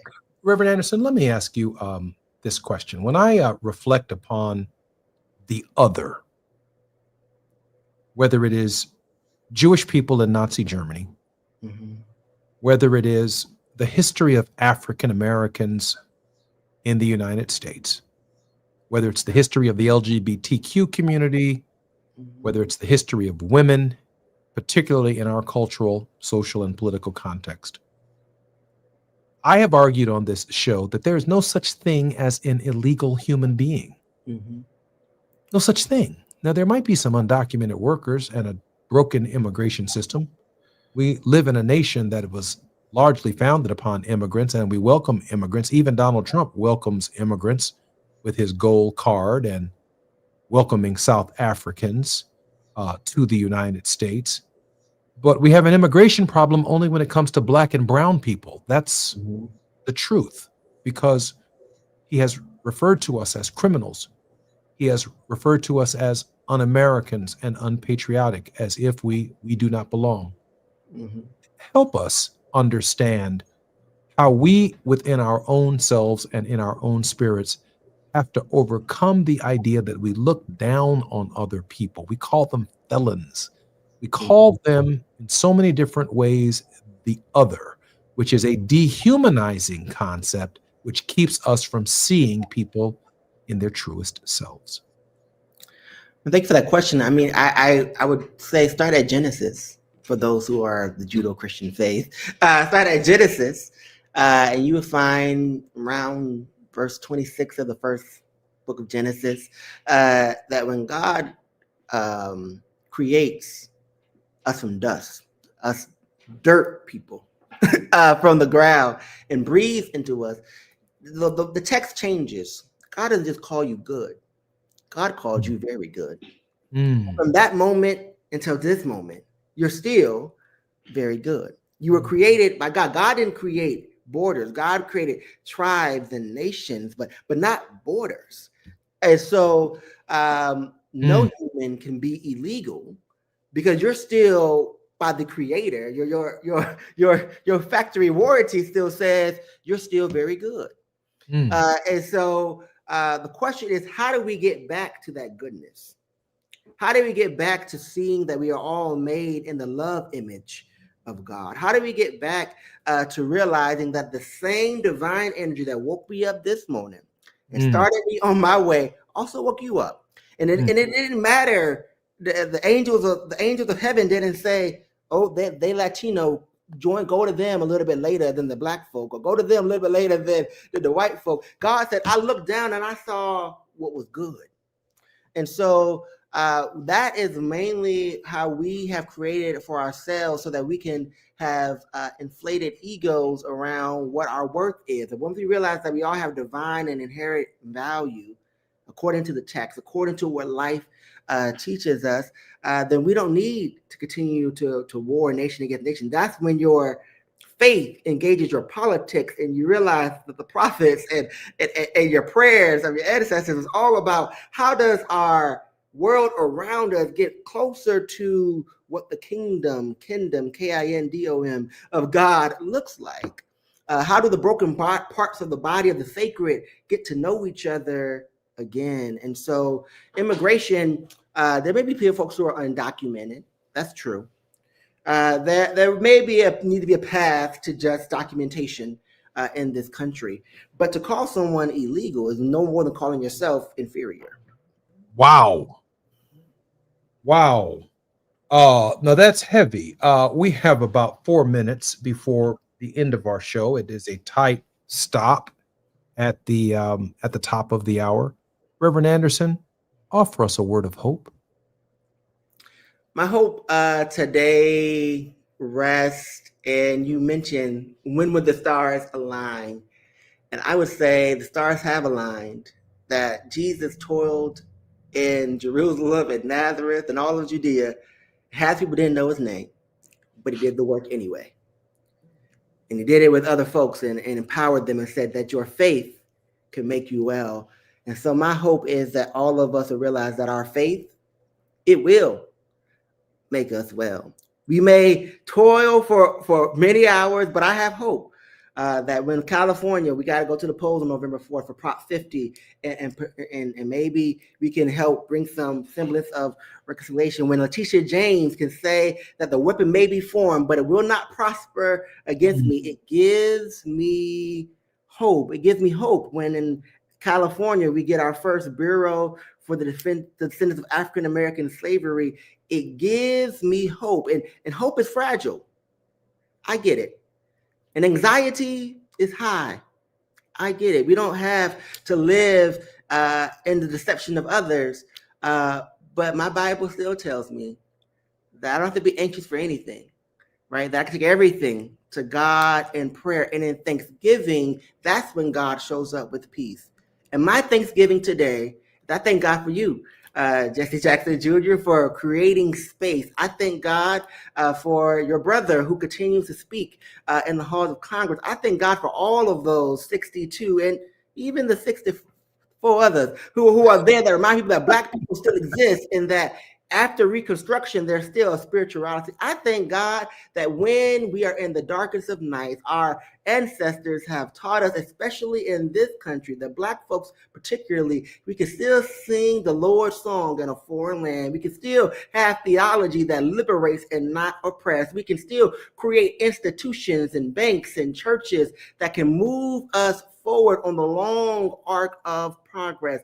I got hope that my generation is not lost. My generation can lean in and say, pass the baton to our elders and say, we can start being someone's ancestor today. That's where my hope is, that you got to have mustard seed faith in times like these. That's more than enough.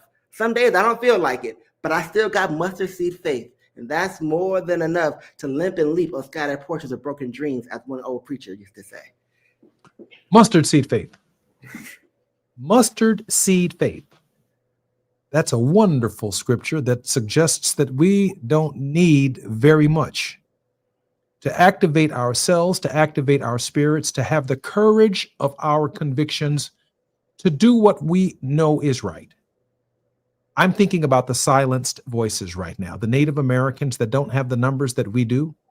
I'm thinking about the people who migrated or immigrated to the United States in the last 400 years who did not come by way of Jamestown, Virginia in 1619. We know the American story. We saw the evolution of the American experiment because we were here. Malcolm X said it right before Plymouth Rock, we were here. Dr. King said it right. Before the Declaration of Independence, we were here. I'm Jesse Jackson Jr. on KBLA Talk 1580. We are here, and the responsibility to change this public is ours. More when we come forward tomorrow on the Jesse Jackson Jr. Show. Until then. KBLA 1580 Santa Monica. I'm Amber Payton with BIN News Now.